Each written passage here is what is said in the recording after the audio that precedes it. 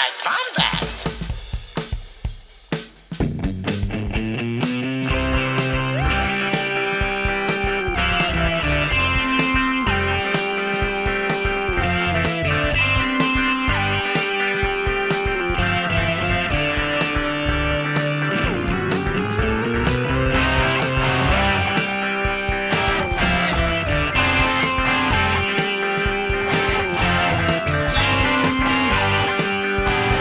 Welcome to the Bombadcast. What's going on, y'all? Give me 1 second.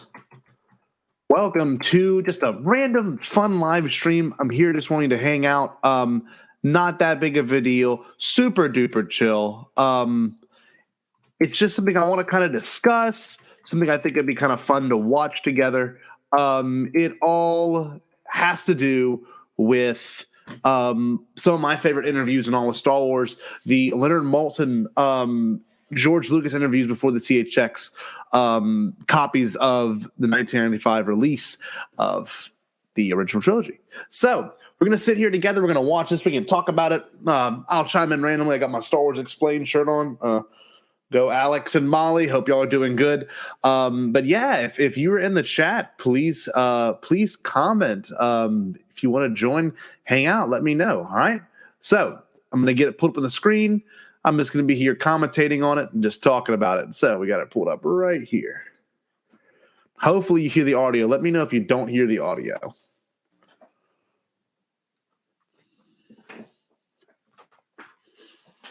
Hello, I'm Leonard Maltin. Star Wars may have started out as a mere movie, but it became a phenomenon. It changed the way movies were made and perceived and marketed. It ushered in a new era of science fiction and fantasy and developed a whole new vocabulary of visual special effects.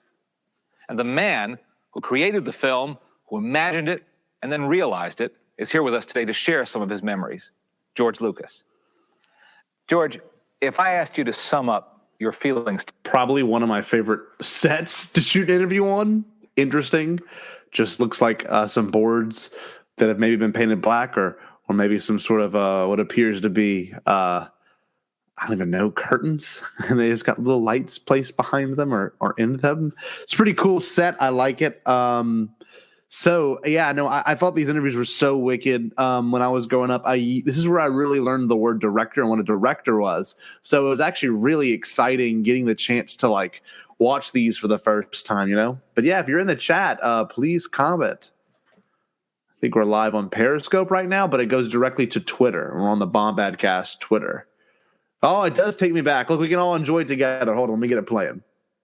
Today, looking back at the whole Star Wars experience, if I asked you to sum that up in one word, what word first comes to mind? If there's anything the Star Wars experience has been for me, it's unpredictable. Yep. You know, not only in the making of the movies and in creating the stories in the first place, which is the fun of it, is because you don't know where it's going to go, and the making of them were a huge adventure. But the success and all the stuff that's come after it and everything is just... What's up, Rez? Hope you're doing good. No idea what's going to happen next. Let's go all the way back to the beginning. What was the beginning? I would say probably the original impetus for the whole thing was I used to watch a serial on television called Adventure Theater, and they had Flash Gordon Conquers the Universe on it, and I used to love that. So I went off and wrote my own space opera and developed the story and took it to... United Artists that had the first rights to it. They said no, they didn't want it. All right, just real quick, while we're all here, I've been drinking some water and watching this. What's up, Rez? This is like such an aesthetic. I mean, look at that. My hair's not done right today. I got kind of George Lucas-y curly, wavy hair, but it's not done right. But this is like, I don't know. I've always, people say like usually when I have a friend actually who the older he gets, the more handsome he is. George Lucas is one of those examples because I don't think he's particularly that good looking of a guy in the 70s when he made, and the 80s when he made, I guess, the original trilogy. But when it came to this, that's a stud right there. He looks like a freaking lion. Like he looks, look at him, like partially gray, turtleneck, blazer, kind of. just like a nice sports coat on, big chilling. We don't know what we'll see what kind of chair they're sitting in a second. I had a picture out when I see this image. I picture he's in like a giant, like beautiful, huge red, dark red, like lounge chair. So yeah, he is like a salt and pepper line. It is the black turtleneck. I usually wear a black turtleneck too around Christmas time, and I guess I'm trying to channel this look. I don't know. Let's get back into the video though. All because I just finished American Graffiti, and they said no, they didn't want it. And finally took it to 20th Century Fox, and Al Jr. said, I'm interested. He said, I don't understand this, but I loved American Graffiti, and whatever you do is okay with me. Because otherwise I don't think it would have ever gotten done. Because it was crazy. Spaceships and Wookiees and robots, and it was just unlike anything that had ever been seen before. Tell me about that first script. Now, did you try to tell the whole story in one script? Well, at that point, it wasn't the whole story. I wrote a script, and the script was very ambitious. It told a very large story. And when I finished it, I realized that it was way too big to make into a movie.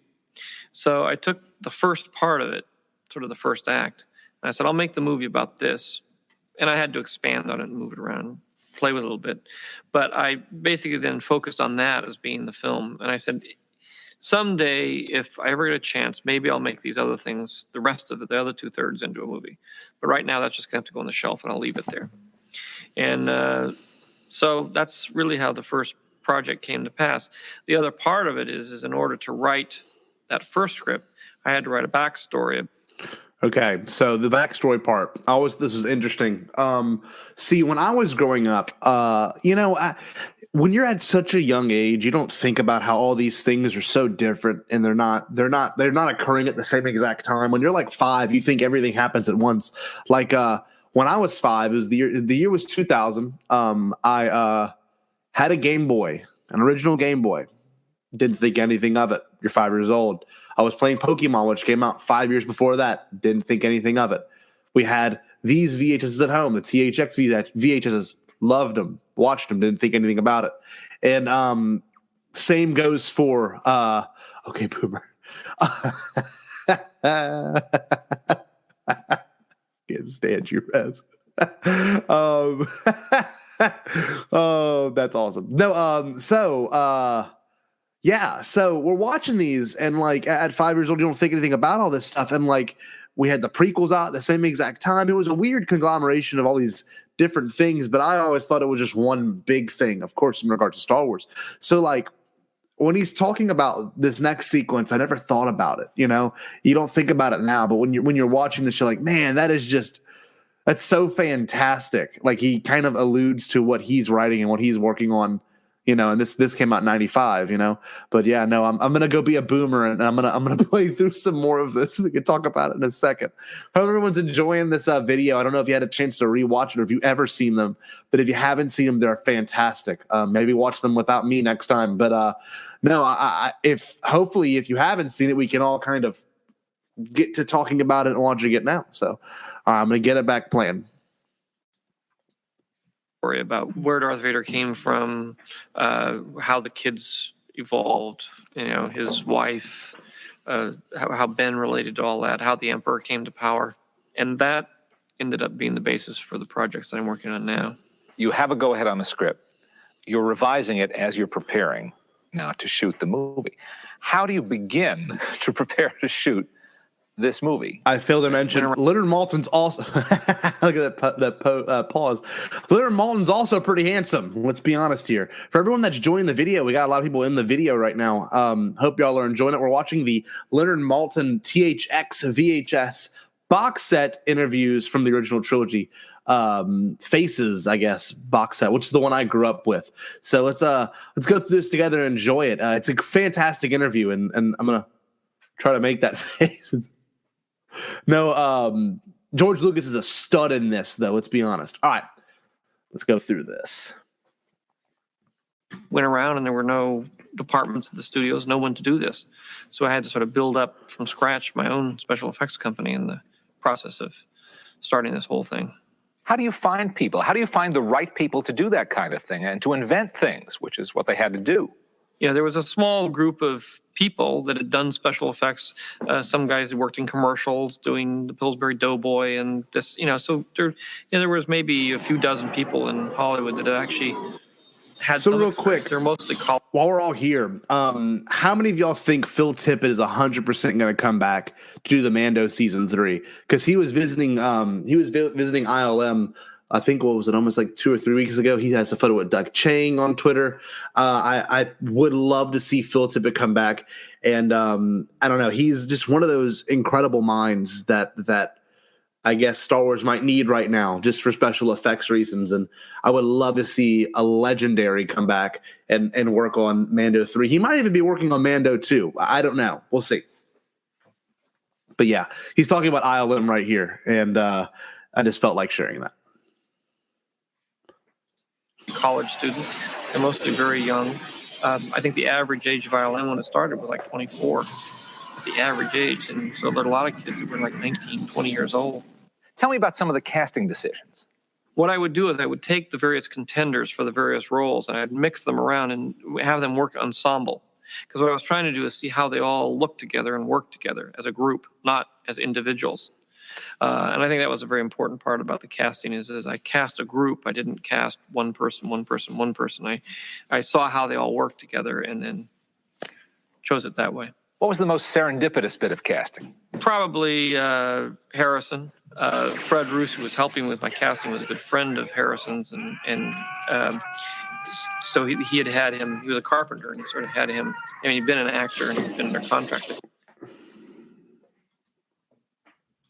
To kind of get on my high horse here, these are the ones I grew up with. So much better than the special editions. I'm just saying.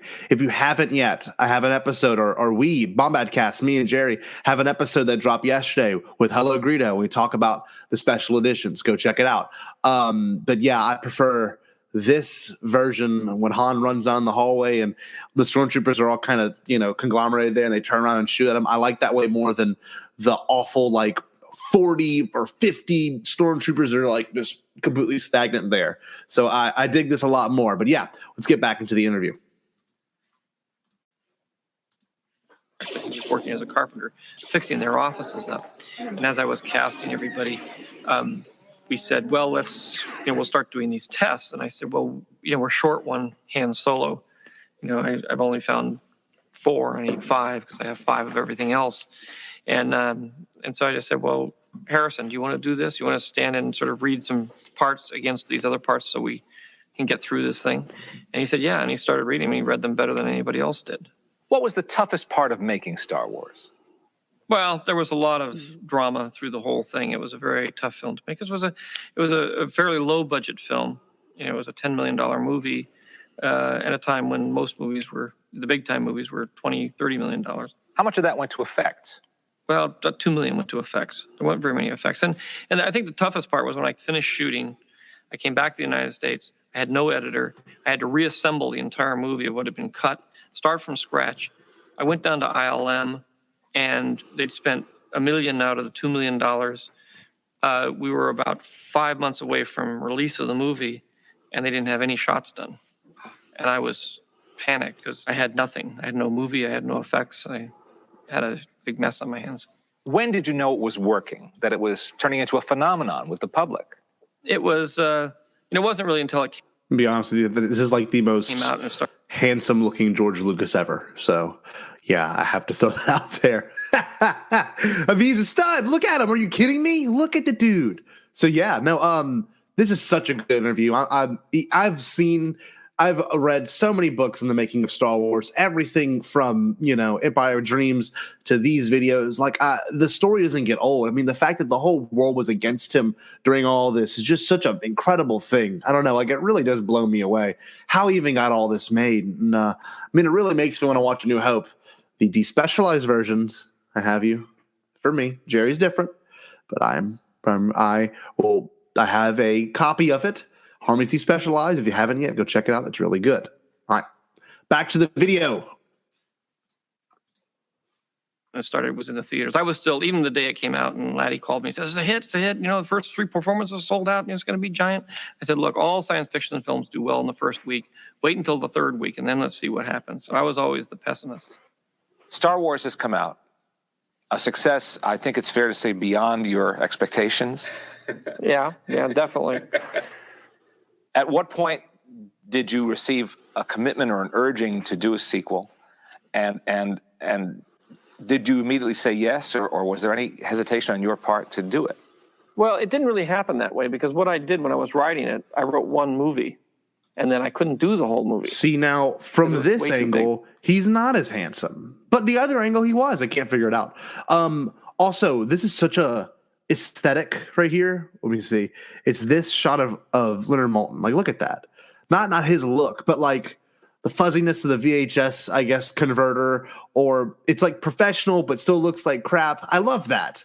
We need to try to emulate that again. I mean, of course they have decent looking like VHS emulators, but like, I guess we're just going to have to take out the old VHS cameras and shoot to that and then convert it. It's a lot of work, but it's such a nice look. Maybe this could be the Bombadcast aesthetic for when Celebration comes around. I don't know. Just an idea. All right, getting back to the interview. Or an urging to do a sequel, and did you immediately say yes, or was there any hesitation on your part to do it? Well, it didn't really happen that way, because what I did when I was writing it, I wrote one movie, and then I couldn't do the whole movie because it was way too big. The first draft was, it had too much stuff in it. It was way too big. It couldn't possibly be done. So I took a deep breath and said, okay, I'm going to have to take all these great ideas, and that part I'm just going to have to cut out. And I'll just do what it was then really the first act, and I'll expand this and make this into a movie. So I did that. But then as a writer, you create this whole thing, and it's, sitting there on the shelf. So as soon as the film was successful, there wasn't any question in my mind that I would immediately go on and do the rest of them so I could finish it. What to you is the biggest difference, overall difference, between film number 1 and film number 2? Well, that's actually an interesting question, because I never thought about that, because there is a significant difference. To me, whenever I watch Empire and A New Hope, I guess the biggest difference is, I keep saying aesthetically, I'm sorry. It's the look of Empire Strikes Back looks so much different, and I know it's a different director, probably a different DOP, but like the look itself is just so much better. I'm a huge fan of how a lot of it's shot, a lot more push-ins. It almost looks a little bit more like a Spielberg movie than a George Lucas movie. I don't know. Now, I like that he looks like he's mad at me. He looks like he's like, you just let me talk. But yeah, no, I think Empire is a cleaner movie. If you watch the opening to A New Hope, special editions, the Disney Plus editions, the original editions, it almost looks very college movie, but like Empire comes out and like everything looks super sleek. And then it's weird. Return of the Jedi kind of comes out, and it's the combination of both that sleekness and that kind of how would you say, more college film, handheld looking, not really handheld, but the feel of it itself is very different than what we have with A New Hope and what we have with Empire. It's like a combination of both with Return of the Jedi. All right, get back to this video. Hope everyone's enjoying the stream. The biggest problem I was grappling with in film number 2 is the fact that it's the middle act of a 3-act play. Now, some people find it a darker film than the first. It is a darker film because in the first act, you introduce everybody. The second act, you put them in the worst possible position they can ever get into in their lives, and it's they're in a black hole, never able to get out. And in the third act, they get out. That's just, again, that's drama. That's the way it works. You don't have an exuberant, happy second act.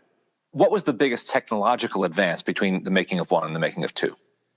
Well, there wasn't really too much of a technological. We refined what we had primarily, but there wasn't any giant technology. The major technological break was in 1, and that was using motion control cameras and that sort of thing to allow the ships to be able to move freely and that sort of thing. That was the big advance. Everything after that was we were able to do more stop motion. I was able to do a lot more things. They weren't really technological advances, but I was able to get a lot more into stop motion, which I couldn't do before, and generally have a bigger scope to things. And So that's actually a really good point. I'd failed to think about that. The fact that Empire is almost kind of lax on special effects, except for the asteroid scene. I think that's really where they push the boundaries. I know he's not admitting it here, but like that asteroid sequence is just incredible with the monster that comes up the crater and everything. I don't know. It is one of those moments where you kind of watch it and it's not as a visually shocking as what you get with A New Hope with all the special effects. This one's a good combination of both, and I really do think that's why Empire is probably a favorite as well. It's so grounded. Everything looks super real, but it's not, it's not like the big trench run sequence. It's not like Jabba's sail barge or Jabba's palace sequence. It's not too much special effects. But yeah, I'm going to get back to the video now. Having fun with y'all. I hope everyone's enjoying this. Got a couple people with the stream still just hanging out.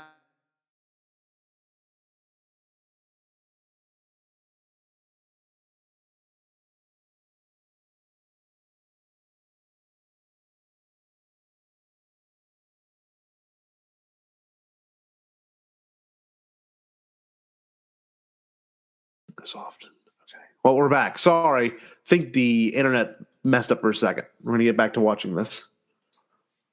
I could do it before. So if the first film was a technological challenge to get ships to fly in space with a lot of that movement, the second one was to do a stop motion movie. How did you choose or get together with Frank Oz to be Yoda? When I created Yoda, I said I want him to be really, really small, but not 6 feet. I want him to be about 18 inches, 2 feet high. That was an elevator. To do that, I guess said, in the movie what interview. am I going to do, and how am I going to get a character, and what am I going to do? Whenever I'm creating one of these films, I mean, I have my imagination, and if I were a novelist, I could just write it, and I wouldn't have to think about it. But I write it, and then I say, well, now how am I going to do this? How am I going to pull this off? And I decided to do it as a puppet. I thought that was the best. And so I'd known Jim Henson, and I went to Jim and said, do you want to do this? Because I really asked Jim to do it first. And he said, well, I'm busy. I'm doing this, I'm doing that, and I'm making a movie and all, and I really can't. But how about, Frank? Frank's the other half of me and everything. And I said, well, that would be fantastic. It's an extraordinary creation. I think it was exciting for everybody because it was the idea of taking, and Jim was very interested in doing realistic characters that weren't really Muppets. And so we all really worked together on it. Tell me about how you first met and worked with John Williams. I had known Steven Spielberg for a long time up to this point. And, we were talking about the film real early on when I was writing the script. And I said, I want a classical score. I want the corn gold kind of feel about this thing. It's an old-fashioned kind of movie, and I want that grand soundtrack that you used to have on movies. And he said, the guy you got to talk to is John Williams. He did Jaws. I love him. He's the greatest composer ever lived. You got to talk to him. And so I did. And it was really Steven that introduced us and recommended him. And, I talked to him and said, okay. And he said he was interested. So he did it, and he's a dream to work with. He's a most wonderful collaborator. Didn't you at first want him to use existing classical music? Is that true? No. I had written it to certain pieces of music. I write to music. So when I'm writing a scene, I have the music there, and I'm writing it to the music. And then Daily Harvest. And then in a lot of cases, we'll use that same music as a temp track. So there was temp tracks of classical music in the score. And with Johnny, you can say, look, I want something that feels exactly like this. You understand the emotion here and the emotion there and what's going on. He said, yeah. And then he will take that and he will come up with his own composition and his own themes, which are uniquely, Star Wars themes in this case. But he'll give it that same emotional thrust that was in the classical piece. He knows exactly what I'm talking about, and he's really conscientious in trying to get the director's vision on the screen. What kind of feedback did you get to that incredible climactic scene in Empire when we all learn who Darth Vader really is? I was nervous about it, but in the end, I didn't get much of a reaction out of it. I mean, people, were curious about whether it was true or not, and I purposely left it so that it would be ambiguous, so that you wouldn't really know, and people would sort of debate it for the next. I had 2 more years or more to. I wanted people to sort of debate whether it's Thank true you, or not Rez. true, or like sort of thing. Well, George, as you know, people are just nuts for these movies, and to learn so much about them and what went into them and what inspired you is a real treat. No, thank you. It's fun. I hope that people continue to enjoy the films because it's nice to think of them as being timeless. By the time you got to episode 3. Okay, wait. So I love that. Thank you, Rez, for letting me know my microphone was off. Appreciate it. Great part right there. The idea of I'm glad to see these movies are timeless. You're not wrong. Here I am breaking down your interview with Leonard Maltin on Twitter, and people are still joining in and hanging out and wanting to watch these things. So, George, you've done something special. But I'm excited to hear what Leonard Maltin wants to say about episode 3 of Star Wars, which is a interesting, I guess, statement since it's not really true. But anyway. Thank you, Rez. Appreciate it, bud. Episode 3. Did anything from public feedback or from your own second thoughts change your vision of what the 3rd installment should be? Or is it the way you thought it always would turn out? No, it's pretty much the way it was always thought to come out. I mean, I had to make certain changes to things because in the original screenplay, the Ewoks were Wookiees, and Chewbacca really wasn't the co-pilot. So, and so when I did the first film, I loved the Wookiee so much. I said, well, I got to get a Wookiee in here, even though, because those may never get done. So I took the Wookiee out of the battles and made him the co-pilot. Because originally they were sort of a primitive race of people who couldn't fly or couldn't do anything. And because that was the whole point. And so I had to figure out how I was going to do Wookiees, and I basically cut them in half and called them Ewoks. But it was Wait. A lot of that stuff is all. An Ewok is essentially just a Wookiee, but cut in half. That's a cool statement. Dang, I never heard that one before. That's a new one. Maybe I just don't remember it. That's awesome. All there, but in the original, it was a ground battle and an air battle all together. How did you ever think of Jabba the Hutt? Well, Jabba, it's one of those things I needed a gangster. I mean, he was in the first film, and in the in the special edition, we're putting back a lot of material with Jabba in the very first one that we did, and he was in that. He's this big gangster, and it wasn't until a little later that we actually, because we couldn't do that sequence because we didn't have the time. But when we got to the third one, Jabba appeared, then we did this whole thing of designing that one as a big kind of repulsive character. And we had a lot of designers coming up with various versions of Jabba the Hutt. Was it a conscious decision to move a good chunk of the action for part 3 into an earthly outdoor terrain? It's so different from anything you see in the first 2 films. Well, it was. I'm very conscious of the environments. And I try to have at least 3 environments in a movie, and I try to have them as different as possible. And then from movie to movie, I try to have the environments as different as possible. In the first movie, we were on a sand thing. It was all kind of a brown color. And so then on the second one, I put in the snow, and it was all kind of white. And then I did the green, swampy kind of thing. That's one thing I like about the prequels and the sequels, actually. They've really stuck to, making sure all the environments are so different from each other.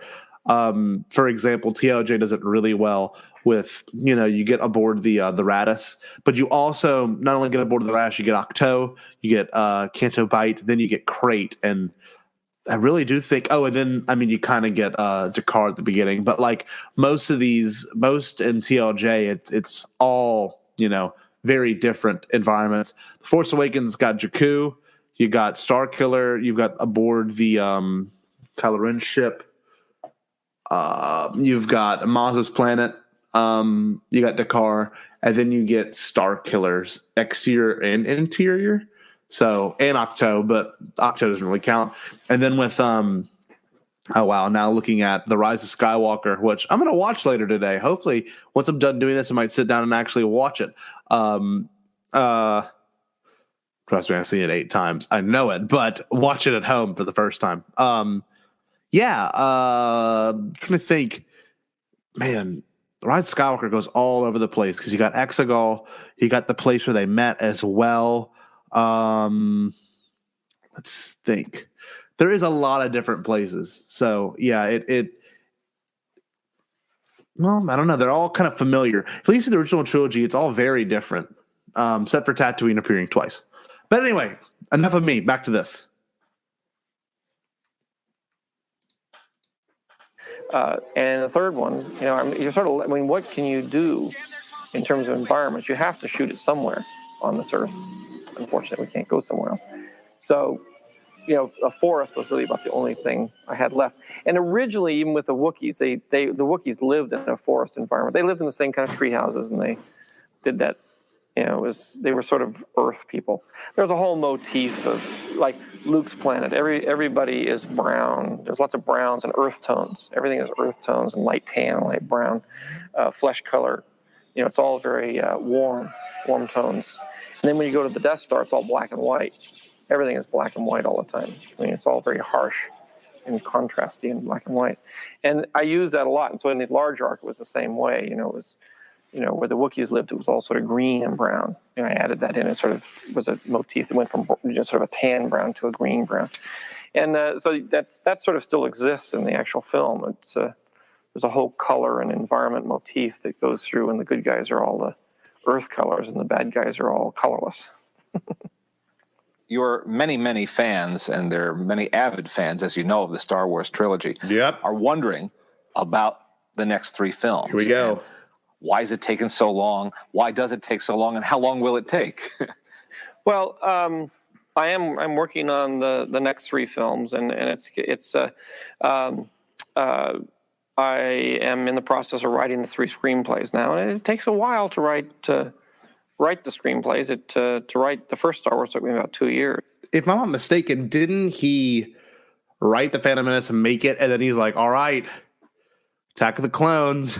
I mean, if I'm not mistaken, I thought it was like he did all of it, and then all of a sudden he was like, okay, let's do the next part. Like in the beginning documentary, I'm pretty sure that's how it ends, is him doing episode 2, I thought. So anyway, all right, going to finish his interview off.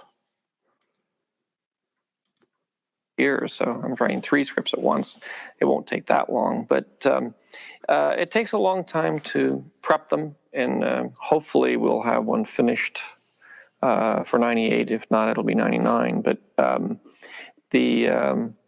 we're doing all 3 at once. I'm writing all 3 at once, and the first 3 are based on the backstory that relates to where everybody came from, how they got there, what their relationships are.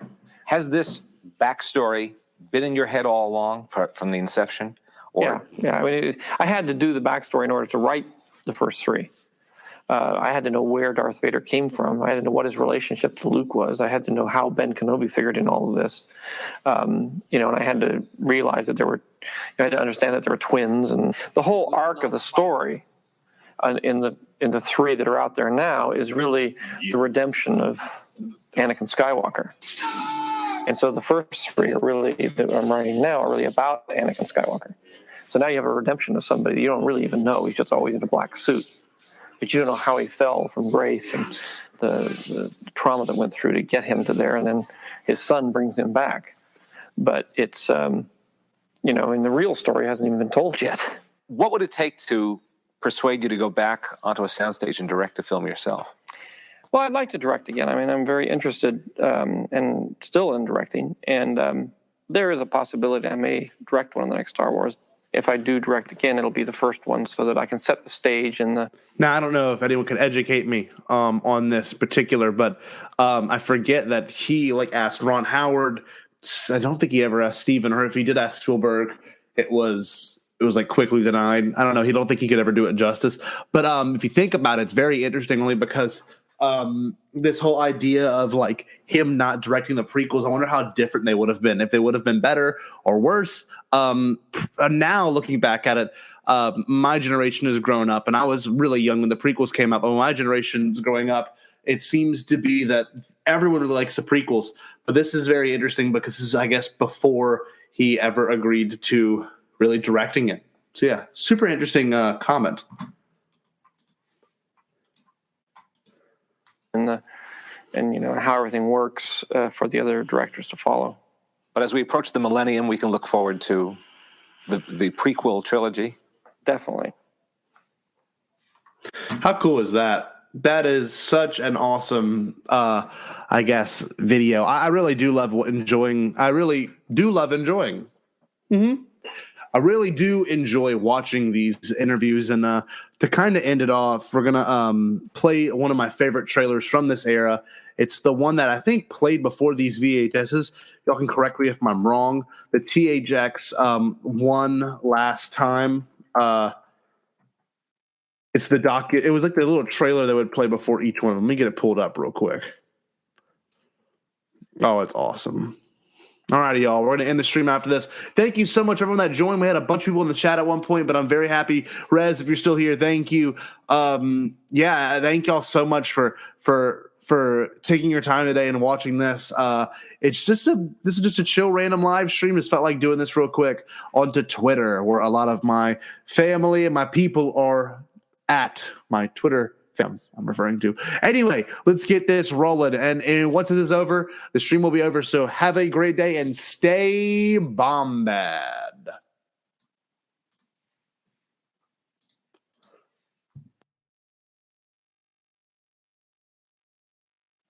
For those who remember, for those who will never forget, and for a whole new generation who will experience it for the very first time.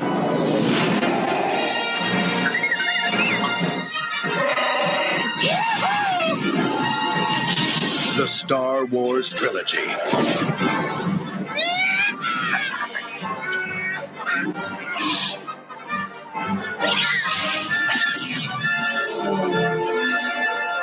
Three timeless adventures that changed movie making forever. Now the entire trilogy digitally mastered in THX for the ultimate in sound and picture quality. This will be your last chance to own the original version of Star Wars, the George Lucas masterpiece that launched the Star Wars trilogy. The Force is forever, for all generations. The original Star Wars trilogy on video, one last time.